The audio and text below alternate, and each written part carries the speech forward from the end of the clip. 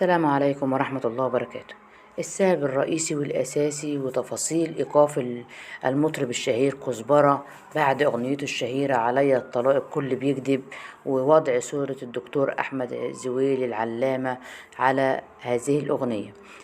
كل التفاصيل هنعرفها في الفيديو ده من داخل نقابة الموسيقيين وكل الحيثيات، بس ياريت فضلا وليس أمرا دوسوا لايك بصباحكم الجميل، وياريت اشتراك للقناة، وجزاكم الله خيرا كثيرا.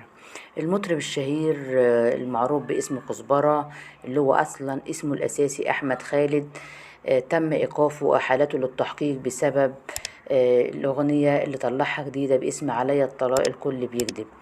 المتحدث باسم نقابة الموسيقيين محمد عبد الله كشف وقال إن في خلال من خلال مداخلة هاتفية لبرنامج 90 دقيقة على قناة المحور الفضائية، إن النقيب مصطفى كامل جمع المطربين وطلب منهم إن كل واحد يوقع على قرار بجودة الكلمات والمظهر والشكل العام لتأدية المغني لأغنيته أو المطرب لأغنيته.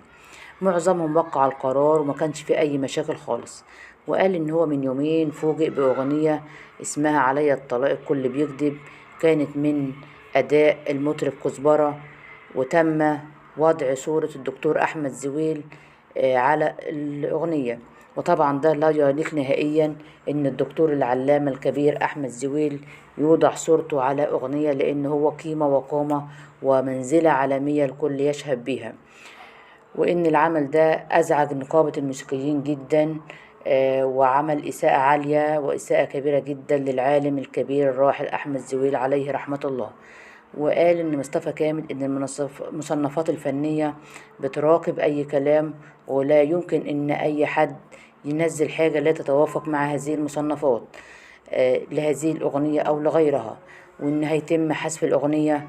وتم إحالة المطرب كزبرة للتحقيق، وقال إن أي فنان بيجري تداول الأغنية له ويثبت فيها إن هي يعني غير أخلاقية أو غير متوافقة مع القرارات والقوانين التي تتبع نقابة الموسيقيين، يتم منعه من الغناء ويتم التحقيق معه.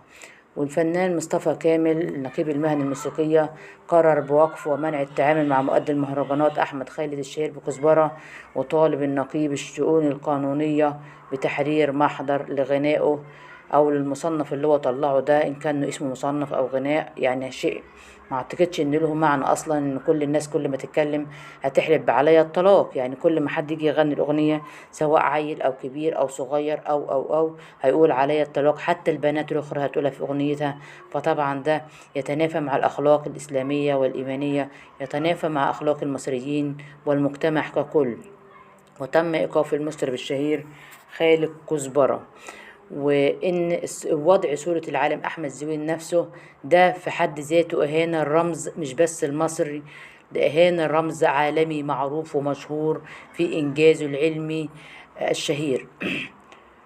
قرار نقيب عام المهن الموسيقية جاء بناء على ما ورد من نشر الفيديو، ويحمل لفظا خادشا تحت مسمى علي الطلاق من خلال المؤدي الشهير كزبيرو، تضمنت صور العالم الجليل وتعتبر إهانة بالغة للعالم بأكمله.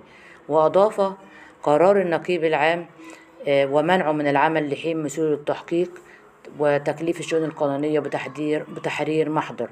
وشدد ونبه نقيب الموسيقيين مصطفى كامل على كافة المطربين الشعبيين في حال قيام أي عضو بأداء هذه الأغنية بهذا اللفظ غير الأخلاقي والمسيء سيتم إحالته للتحقيق بمعرفة الشؤون القانونية، وإصدار قرارات رادعة في هذا الشأن للمحافظة على قيمنا المجتمعية وإعلاء الذوق العام وعدم النيل من مكتسبات وجهود النقابة في هذا الشأن.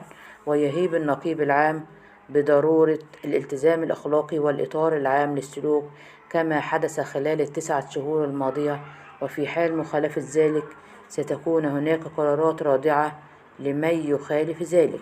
نتمنى ذلك نقيب المهن الموسيقية، نتمنى الحفاظ على أخلاق وتقاليد المجتمع المصري، ونتمنى العقاب لكل من يخالف ذلك. السلام عليكم.